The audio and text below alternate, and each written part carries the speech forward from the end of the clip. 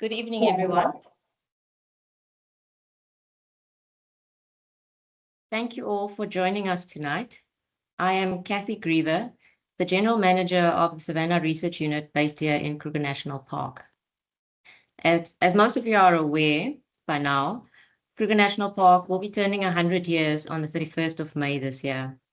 As part of celebrating this centenary milestone, South African national parks will run a series of conservation webinars taking place fortnightly between March and September 2026. The webinars aim to celebrate the iconic Kruger National Park and all other national parks, engaging in public to foster a deeper understanding of our conservation efforts. So the first webinar started last week on the 19th of March, focusing on the conservation in Kruger National Park and the embedded research unit. Tonight, we will reflect on the historic human habitation in the Lowveld region and how creating the Kruger National Park changed that. We will explore the creation and function of the People and Conservation Department with some insights into the resulting land claim settlement processes and the key focus areas of the department, including environmental education and outreach, and also our economic empowerment and human-wildlife conflict engagements. Kruger National Park, as we know, has many stakeholders around the world, and tonight's webinar will be focused on our immediate neighbors and stakeholders, and it will be hosted by two colleagues from our Socio-economic Transformation Department. Firstly, Dr. Constance Mafuwane, the General Manager of the Socio-economic Transformation Department in Kruger National Park. Connie joined SANParks in November 2025, so she's sort of a new kid on the block, but she has a vast background in working in the Kruger as part of the biodiversity social projects. And the session after her will be presented by Mr. Jeremiah Machavi, who is a senior social ecologist, also based in the Kruger National Park. Jeremiah has been in Kruger Park for at least 13 years already, and his focus is on the interface between Kruger National Park and neighboring communities on the human and nature interaction. Just please note, if you have any questions, or even if you are experiencing any challenges with the audio or visual quality during the webinar, please post these in the chat box so that the team can assist where we can. If you have interest in any other conservation-related topics, please post these on the chat box as well. On the last slide, we will also give you some input on further communication with the rest of the series of the webinars that will be happening. So with all that said, I will now hand over to Connie to lead us in tonight's webinar. Over to you, Connie.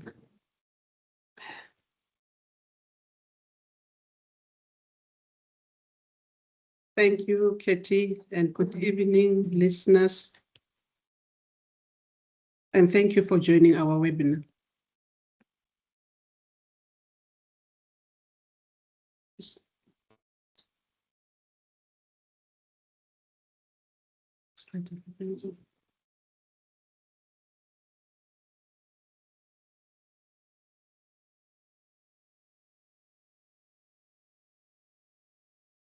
Thank you so much, Kathy, and sorry for this interruption. Just an opening thought, listeners. I want us to understand that before conservation areas were proclaimed, there were people who belonged to this land, which we call it Kruger National Park, people who used to live in and work here. And I do have two questions that I want to pose to all of us here listening. My first question is, what does conservation mean without people? And the second question is, how can conservation and human rights coexist? And I will request listeners to kindly type their answers on the chat box. I also want us just to take a moment, think about Kruger National Park. Visualize the park, just hearing the birds singing, the lion roaring, and just the noise of people, maybe dancing, shouting in the park. Here I'm just going to talk about the geographical location of the Kruger National Park. This park is bordered by poverty and unemployment people. It has got plus minus 2.5 million people living around the boundary. It has got 7 community forums with 39 traditional leaders and 3 district municipalities and 9 local municipalities. KNP has 2 million hectares in size. Allow me to talk about the historical human presence. We need to understand that humans have been in existence in the past years, since the Stone Age. There was one intelligent person who documented this in the 1726, which is de Kruger. So we need to understand that Kruger National Park, it was inhabited before the 1926 by the Saints. Those were the early inhabitants. And later, the indigenous people comes in, which are the Songas and the Vendas and the Northern Soto speaking people. You know, these people used to depend for livelihood on hunting. They used to do the farming and gathering. I like these people. They were so proud about the indigenous knowledge system that they use. They embrace their spiritual and cultural practices. And some of these cultural practices, they will even do them in the Oliphant rivers, which are also flowing within the Kruger National Park, in the Letaba, which is also part of the river that we have in the park, Crocodile, and the Levuvu, which is in the far north. So these rivers, they were so important to them because, you know, there were no taps in the Kruger National Park. But for them, for survival, they have to go to travel for long distance to fetch water in the rivers. They also use the rivers to also futile their agricultural land. Also, they were surviving with fishing from those rivers, doing their cultural and spiritual significance. Some of them, remember, we are spiritual people. And when the nature calls them, they will go to the river and do their rituals. And this picture here, I just want you just to look back as if you know Kruger National Park or you were there during those ages. And look at the first picture on the left. That was it's just Kruger National Park. There was no fence. It was just a park. And animals were living in there. And what I like about this is there was a relationship between the people and nature. As you can see on the next picture, people started building their houses with rocks. And some of them, they were also burying their fellows in the very same places. The next pictures just show us how people use their knowledge, their skills, their wisdom to turn the gold that was mined within the Kruger National Park, to do the bracelets. And the next picture is just talking about what the saints were doing as they were busy, maybe doing their hunting in the park. I think when they were tired or during lunchtime, That's where they will start maybe writing or just doing their artwork. But whatever they were doing, I understand it has got a meaning for them.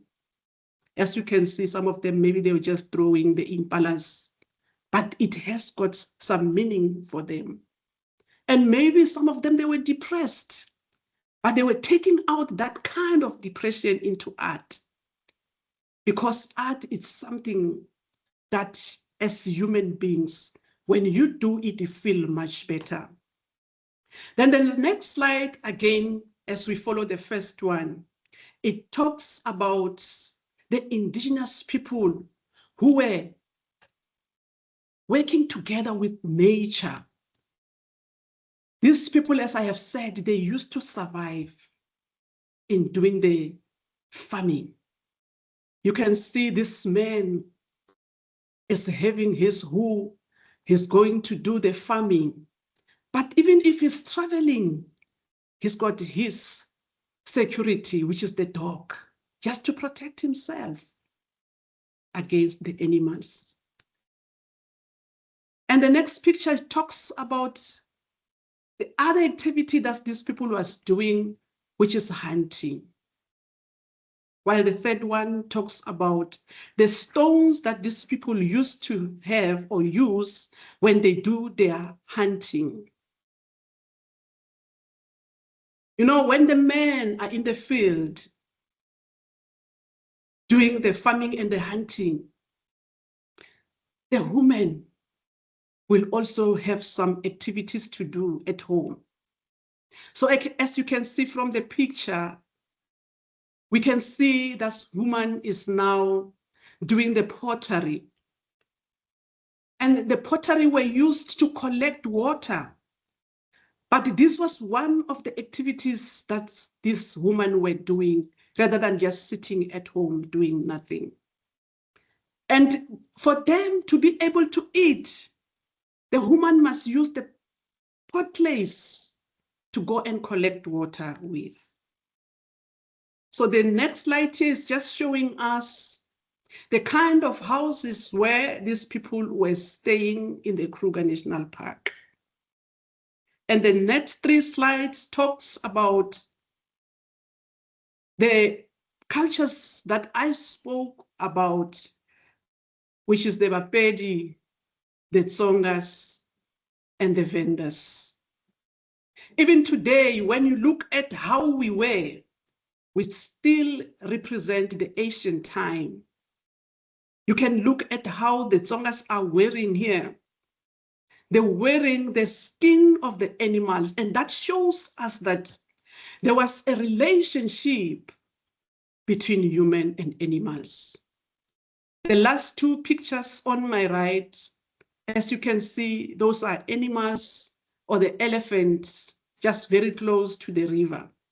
So long time ago, there was no guns. But if ever they wanted to kill these animals, they used to have the bow and arrows. Allow me to talk a bit about Masorini. Masorini is one of the areas which is closer to Phalaborwa. Phalaborwa meaning it's better than the East. So as you can see, the first slide or the first picture, sorry, it is just the settlement where these people used to live around Masorini. So these people used their local building materials that they were getting from the field, which is from the tree. Then they will turn that into poles to build their houses.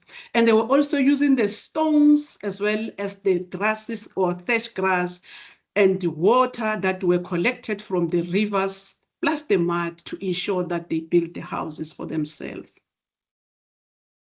The next slide talks about the house where they used to stay before they were forcefully removed from the park.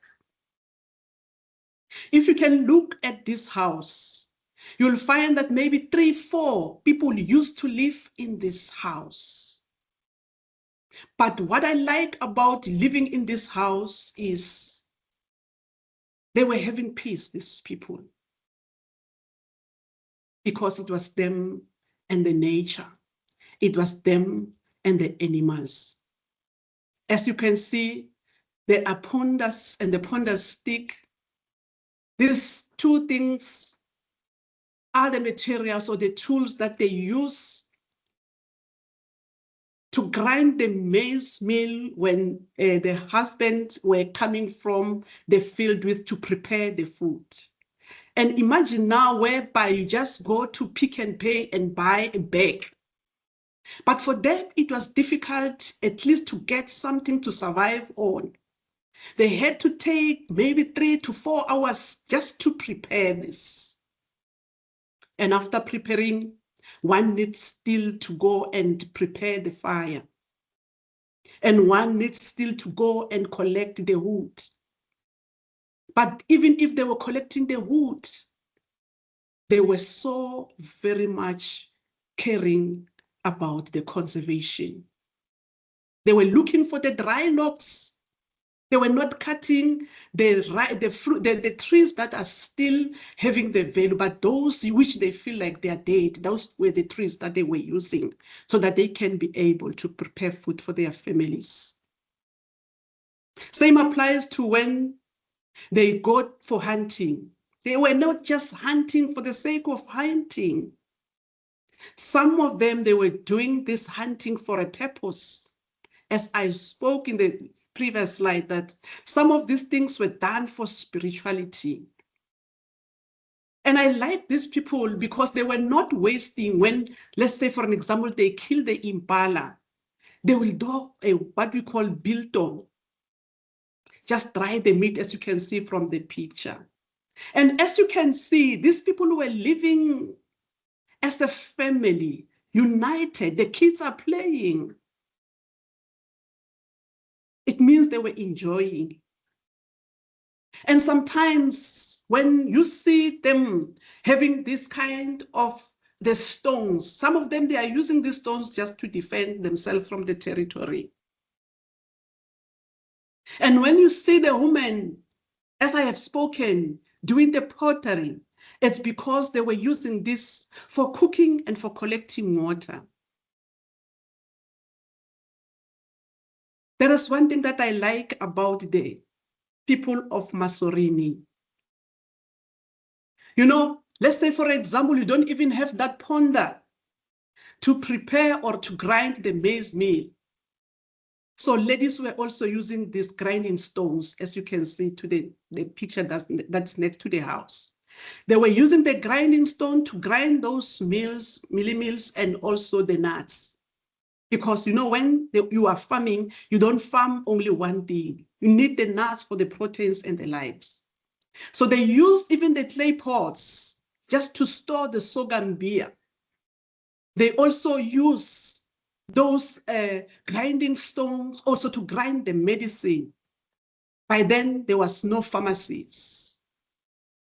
Kruger National Park did a wonderful job after the forceful removal of these people.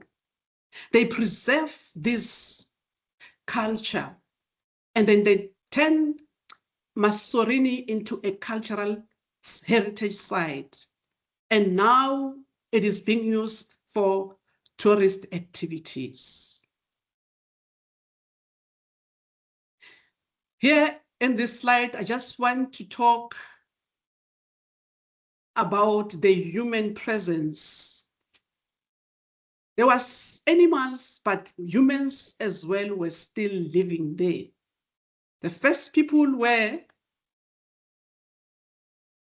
the Sand people that I spoke about, that they used to live in a cave, and those people, when they do their painting, some of them, they were doing the painting for specific reasons, some for social, some for natural, and then some for social and natural, as well as creational. But allow me to talk about the men on the far right, or two men on the far right. This man on the right, far right, we called him Jokwani.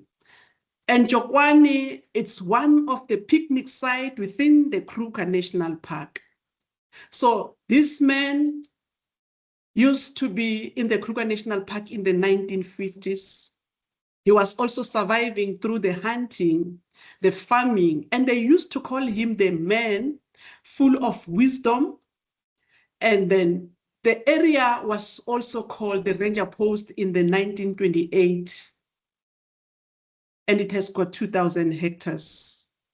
And these people were possessed. Just imagine that. The shift in conservation thinking. I want us as listeners or whoever is here to know that forest conservation needs to be changed into an inclusive conservation. It's very important to recognize the past injustice. We must not just look at communities as threats, but as partners. And it is very important to integrate into a social and ecological systems. In this slide, I just want to talk about the cultural heritage again from the Kruger National Park. As I have said, they were the same people who are the first one to be staying around the Kruger National Park, and they were followed by the arrival of the Bantus, who were also doing the melting, the ironing, and to make the spears out of whatever they are doing, as you can see the pictures here. And this was after the arrival of the European, who also introduced the mode of transport, which we are using today. But remember, people were forcefully removed in the park. And as they were forcefully removed because of the war, they lost their livelihood, which is the cattle, as you can see in the last picture. So within the Kruger National Park, we value the land claimants. So we've got 17 land claimants lodged before the 31st in 1998. 2 were dismissed from Limpopo regional land claimant. 4 settlement communities land claim, which number 1 is Makuleke in the far north, Kambule, Mutluli in the south, and Mjejane. And on the 26th of May, this separate settlement agreement were concluded between the state parties and 7 land claimants communities. So in 2008, Cabinet Memorandum outlines the government's policy position on land claimants in the Kruger National Park. The land programs will be implemented within the context of the strategy drafted for socio-economic transformation. As far as possible, the land claim will be given priority to access to identify opportunities. I just put these words here to say the people did not voluntarily relocated this park. It's a lie. They were forced to. However, as Kruger National Park, as I have said, we value these people. So if we have got employment opportunities within the sand parks, first preference will be also given to the land claimants, where we said we are going to have the 60-40 principle. And we have also secured the 1% of tourism income to be paid towards the people or the communities adjacent to the park. The land claimant also have the access to cultural sites and their grave. I spoke about Jokwani. The naming of the facilities within the land claimants area is also going to be acknowledged as part of the history. Other than that, we are saying as Kruger National Park, we're going to provide bursaries to the deserving children of the land claimant, and we're also going to capacitate them. And if there are internships, we are also going to consider them. Let me talk about the successful land claimant that we had of Makuleke. In 1926, Kruger National Park proclaimed Makuleke as incorporated, and in 1968, forceful removal of Makuleke community from the ancestral line. 1995, the land was lodged under the Restitution of the Land Rights Act. And then in 1998, the settlement agreement was signed, land was restored under co-management with the Kruger National Park or unpacks. But what I like about Makuleke is that they take their land and use it for effective use for the benefit of their communities. And currently they are eco-tourism concession boosting the local economy. And we are also having a plan of implementing a nursery project for the Makulekes. Conservation must respect the dignity and justice of the people. We need to understand that communities have got the rights and cultural identity. They do have access to the natural resources, and then they must participate in the decision-making. We need to acknowledge them. There must be a balance between human rights and environmental protection. The President of South Africa on the 21st of March, he spoke about this human rights. No one will be discriminated. No one will be migrated, whether culturally, educationally, or regionally so. A socio-economic transformation, it was also established, which is the unit that we are working just for the mutual benefit partnership between the local stakeholders and the KNP management. Also to integrate the cultural issues into the management of the KNP.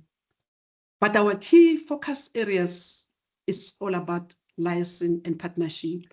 It's all about the cultural management, environmental education, and also economic empowerment.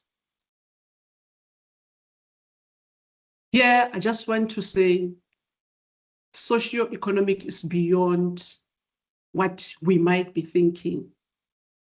So as Kruger National Park, we are focusing on the communities that are really bordering the Kruger National Park. As I have already stated, that we've got 7 municipalities, 68 wards, and then 30 tribal authority and 7 community forums.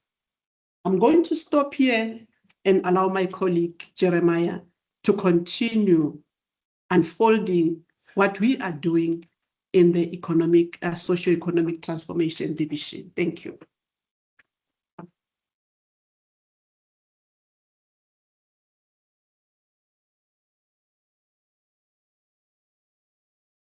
Thank you, Connie, for sparing me time to continue with our viewers and listeners. My name is Jeremiah Machabi. So I'm going to continue from where Constance has left. Socio-economic transformation has a number of operation activities that are within our mandate. One of them is improved education and skills, in which we will build capacity to community governance, previously disadvantaged individuals, youth, and learners to participate in socio-economic programs and projects. So we do that by conducting awareness programs, skills training, environmental conservation, and access and benefit sharing. The other key program that we engage in is enterprise and supply development, that we assist local small business enterprises in implementing sustainable enterprise and supply development initiatives to foster partnership and alliance to support the development of local entrepreneurs, for them to have access to any economic and tourism opportunities within the park. The other key component within SET operations is youth development. because we believe that young people are the future managers of this park, and they are the future custodians of our natural resources that have to be managed by them. Therefore, we develop and implement programs and projects that are geared to work with young people, such as environmental education, enterprise development, and social development. And the other key component within the program is corporate social investment, because we believe that when we invest in education, we are in fact creating future managers, we are creating future scientists that are going to be managing this park and other conservation areas within the country here in South Africa. So therefore, in corporate social investment, we provide necessary infrastructure such as science laboratories, where we invest in community multiple affected projects for socio-economic development, but focusing much on education and development. The other key component that we have within SET is human-wildlife conflict, where we liaise and administer the compensation process. Human-wildlife conflict is a component that I will also explain in the following slides. The other key component which was highlighted in the previous by the previous presenter is the land claims, that we are collaborating with the Regional Land Claims Commission in negotiating and developing beneficiation packages for community to start benefiting from all the activities that the Kruger Park is engaging in. And we also look at the biodiversity economy by identifying and raise awareness about what are the benefits that people can get, communities can get from the biodiversity economy. And then we also look at the resource use. We have natural resources in the park, bee plants, animal, and other products that we share with our communities. And the last one is the park extension, where we are collaborating with Gijan and Bevula communities for them to add the land for conservation within the park. So how do we engage with local communities? We use different platforms and work with various social structures within the communities, and such as traditional leadership, people in parks, park forums, traditional healers, livestock or crop farmers, state and private conservation organizations, local municipalities, and all other interested and affected parties who are interested in the park's business.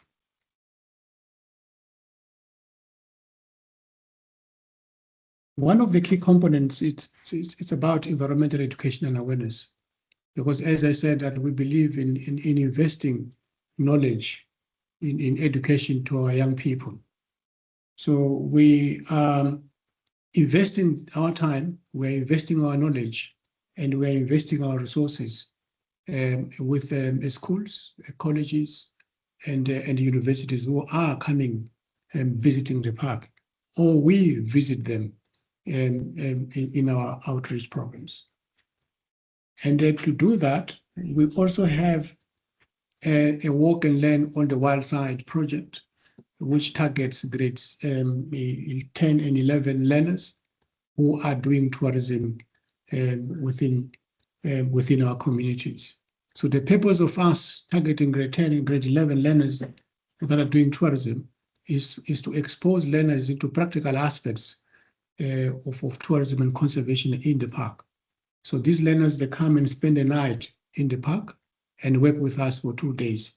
And when they're visiting various workstations in the park to see the practicality of what we are doing in the park, so that they can use this knowledge to enhance the knowledge that they have already been taught in school, because they are seeing practical aspects of it when they're with us.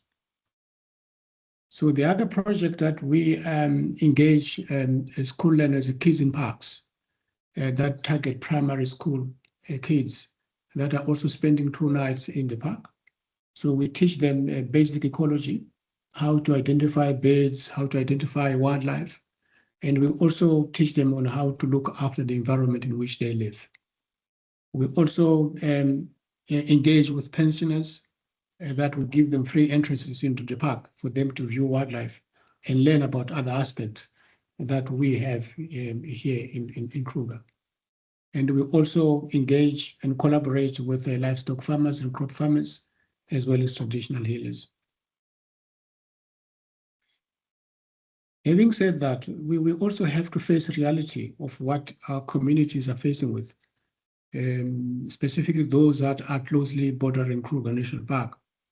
Animals do destroy crops, or farmers that are planting their crops along the rivers that are bordering Kruger. And we also have incidents of livestock loss to wildlife.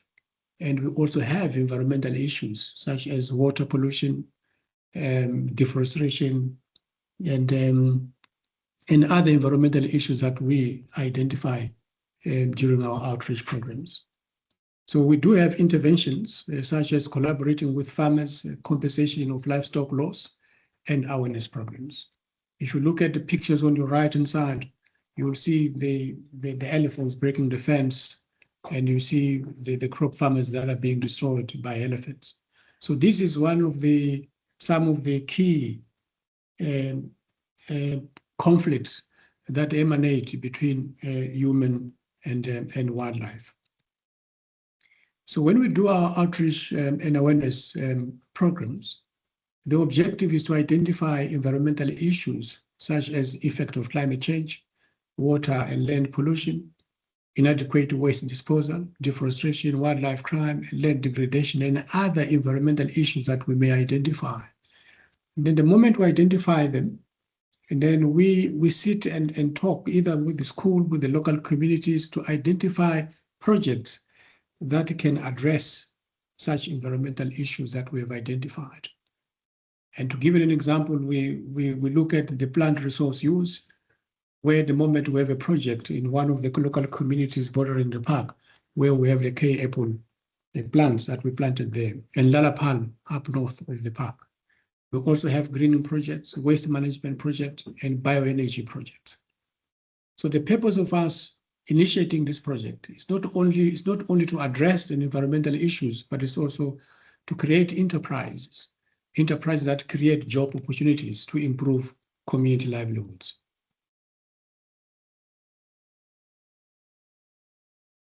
Going a little bit deeper into the issues of human-wildlife conflict, we as KNP, we facilitate and administer implementation of damage-causing animal compensation protocol, where if farmers have lost their livestock to wildlife, and then we are able to compensate for the loss.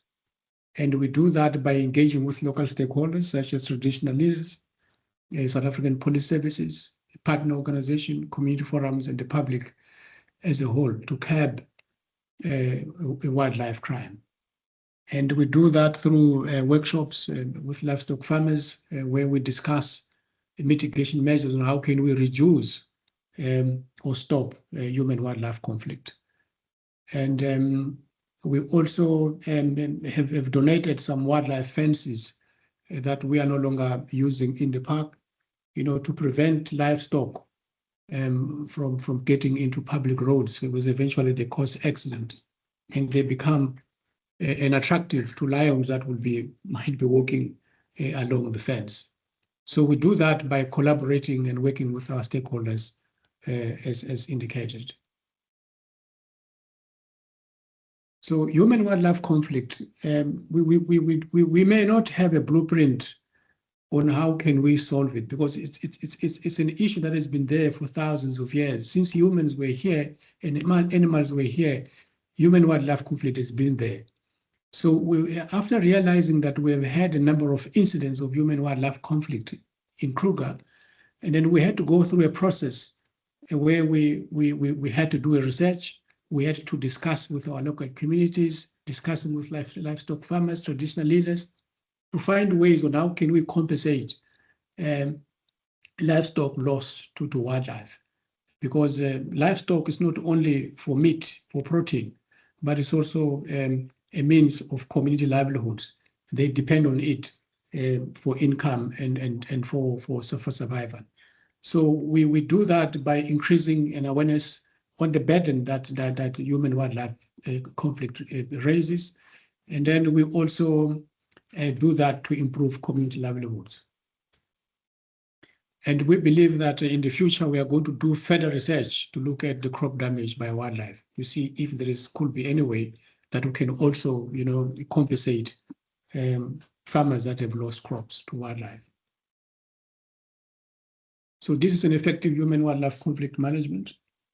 If you look at the pictures are showing cows that were lost to wildlife, and at times humans also either hunt, snare, or kill wildlife in a way of revenging or wanting to get rid of wildlife.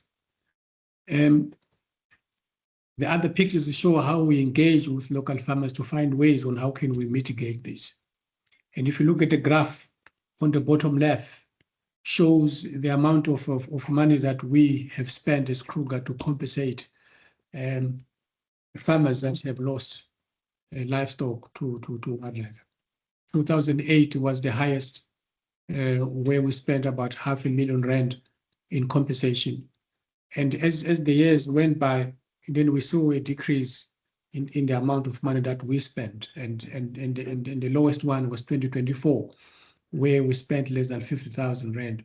So we are believing that if we continue with the trend, if we continue implementing the mitigation measures that we are discussing with the livestock farmers, we can reduce a number of incidents of human-wildlife conflict in the park. Hence, we say, if you want to go fast, go alone. If you want to go far, go together. So this is the slogan that we use to effectively manage human-wildlife conflict in Kruger. Having said that, having made a number of efforts to reduce human-wildlife conflicts, we have seen a trend in increase of wildlife crime. One of them is the snaring and poisoning, that people do come to the park to snare animals indiscriminately and then poisoning them. So this has got dire consequences to our wildlife, injuries and death of animals, including those animals that are not even targeted to be snared or to be poisoned. So, and then the threat to endangered wildlife species as well, like rhinos and pangolins, they become also targets, whereas they were not on the list of those that are actually wanted. So this has got an economic impact on tourism and conservation efforts that we are doing in Kruger. So the response that we have is to continue with anti-poaching patrols and removing the snares all the time. And we also engage with local communities and raise awareness campaigns, to find ways on how can we mitigate the issue of an increased wildlife crime. And we collaborate also with law enforcement agencies. If you look at the pictures on the right-hand side, I think your heart may be bleeding to see how snares and poison are actually killing our animals in a very brutal way. Economic empowerment and improved community livelihoods. Though we are facing a number of environmental challenges, we also do assist communities to improve their livelihoods. For example, we have a key apple plantation project. The key plantation project, when key apples are ripe, there you can see they are ripe, they can produce juice, sweets, jam, and chutney. And we are also being assisted by the Agricultural Research Council to test a variety of tastes of the juice and sweets and chutney produced from the key apple to mixed fruits. And at the moment, we also have procured some machines that are going to be used to produce juice in this project. The other interesting project is manufacturing of eco-briquettes for bioenergy. When this project started initially, it was most of the activities or most of the production was done manually. You can see on the photographs they are heating biomaterial, and then they do the pounding. The drying up was also done manually, and the packaging is there. But at the moment, we got some funding where we bought a machine that is going to be used to manufacture the briquettes.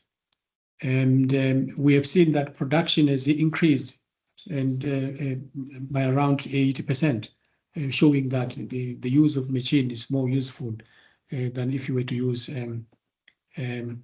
manually. So let me share with you a video that shows how the Patu greening tech biobriquette production is done and how it improves.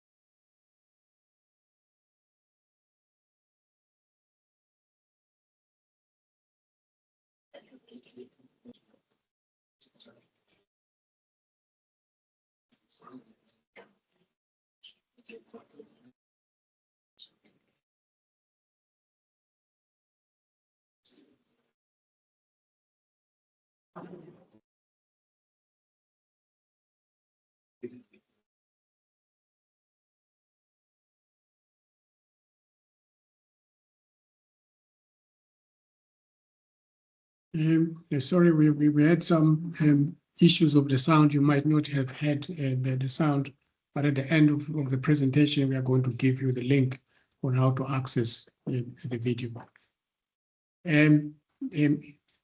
Moving on, and we look at the case inside. Traditional healers are one of the key stakeholders that we are working with in the park, where we invite them to discuss on how can they help us in the park management, how they can assist us to curb human-wildlife conflict, and how can they help us to reduce poaching, not only poaching animals, but also poaching plants at the moment. So these are some of the plants that we have donated to traditional healers.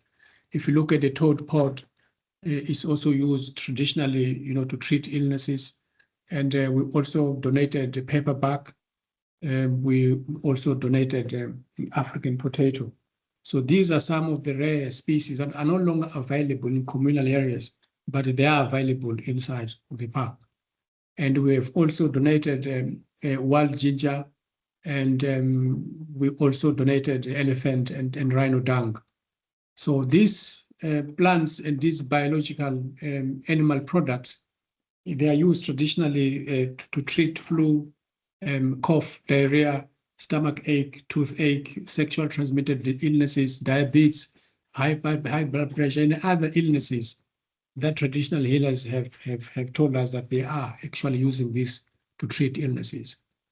So in research use, in traditional healers, as we said, we donated trees and also bioproducts, such as the elephant and the impala skins, the elephant tails, the ears, and it's also support cultural practices and livelihoods. If you look at the bags there, each bag there that the traditional healer received had elephant tails, ears, and some other biological products that traditional healers use in their daily activities.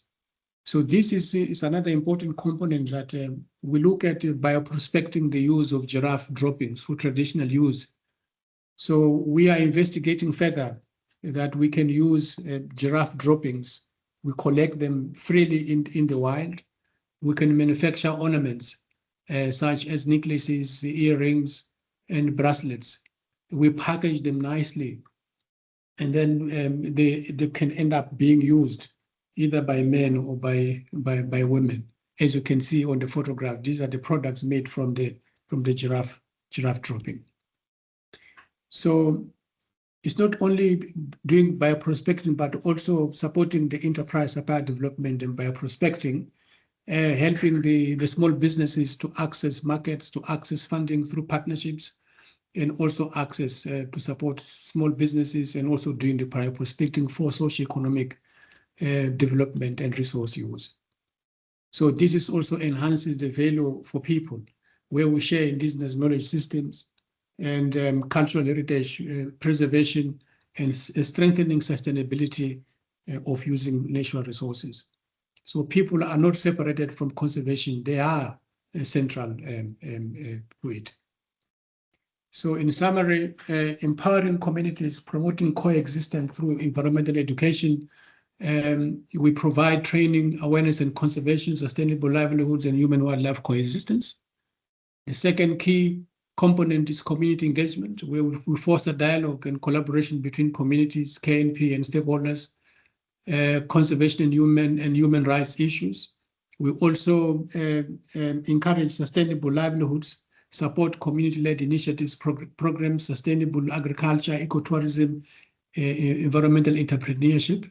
And all of this is linked, is underpinned in human rights advocacy to provide support and resource for communities to address human rights concerns and promote coexistence between humans and wildlife. And all this that we are doing in Kruger, whether it's conservation or community development, we do this in sharpening towards achieving SunParks Vision 2040, which is underpinned for connecting, caring, and conserving, and also empowering communities through benefits and and co-management. So the outcome of the Vision 2040, if we reach there, is to improve, to see community livelihoods being improved and human rights also being adhered to, and also enhance conservation through community support and sustainable conservation. And here is the dung beetle. My last slide, it's a dung beetle. Some of you may not even like the dung beetle. The moment we see it, we kick it around as if it's something that is detestable. Of course, it may be, depending on the type of dung the beetle is pushing. But what is interesting about the dung beetle is that whether the dung beetle rolls the dung ball forward or backward doesn't matter. What it matters the most is that it rolls the ball into a hole. The question is, why is it rolling the ball into a hole? It's pushing the ball into a hole to lay eggs. And also when the eggs hatch, the baby dung beetle will also eat the dung, right, for survival. So most importantly, the dung beetles also help to nourish the soil, because most of the seeds that are scattered all over the park or anywhere else in the world, they've been planted by dung beetles. No humans planted all of these, but are animals that are planted by moving seeds from one place to the other. So next time when we see a dung beetle rolling the ball, we should not kick it around. Let it roll the ball, because it helps for its survival, and it also helps to nourish and fertilize the soil. Thank you. So I will take these strings back to my colleague to conclude. Thank you very much. And the closing story here is we need to understand that Kruger National Park, it's not just a park, but it's a human story. It's a place of struggle, and it's a place of hope, culture, and wildlife. And what role can we play in shaping the inclusive conservation? It's a question that I'm posing again back to all of us listeners. So participants, we must see the nature and human as a co-creator of the sustainable landscape. And in closing, we need to collaborate to shape the future of conservation in Africa. Conservation and human rights, they must work together. And sustainable conservation depends on community inclusion. Thank you so much, and I'll hand over to Kathy. Thank you, colleagues, for that very informative and very exciting presentation. I really enjoyed it. And thank you to you, our audience, for sitting through this with us tonight. And I really hope that you guys also enjoyed it. So this last slide is basically just to indicate the rest in the series of our conservation webinars, which we will be hosting in the next few months. And yeah, we have been checking the chat box, and thank you for all the information and the valuable input that you've also put in there. If you do have any more interesting topics that you might want us to host, please can you just drop us an email on the email address which is on the screen, with the subject line to be Kruger Centenary. But thank you very much for joining us again today, and hopefully we will see all of you in our next webinars as well. Thank you so much. Bye.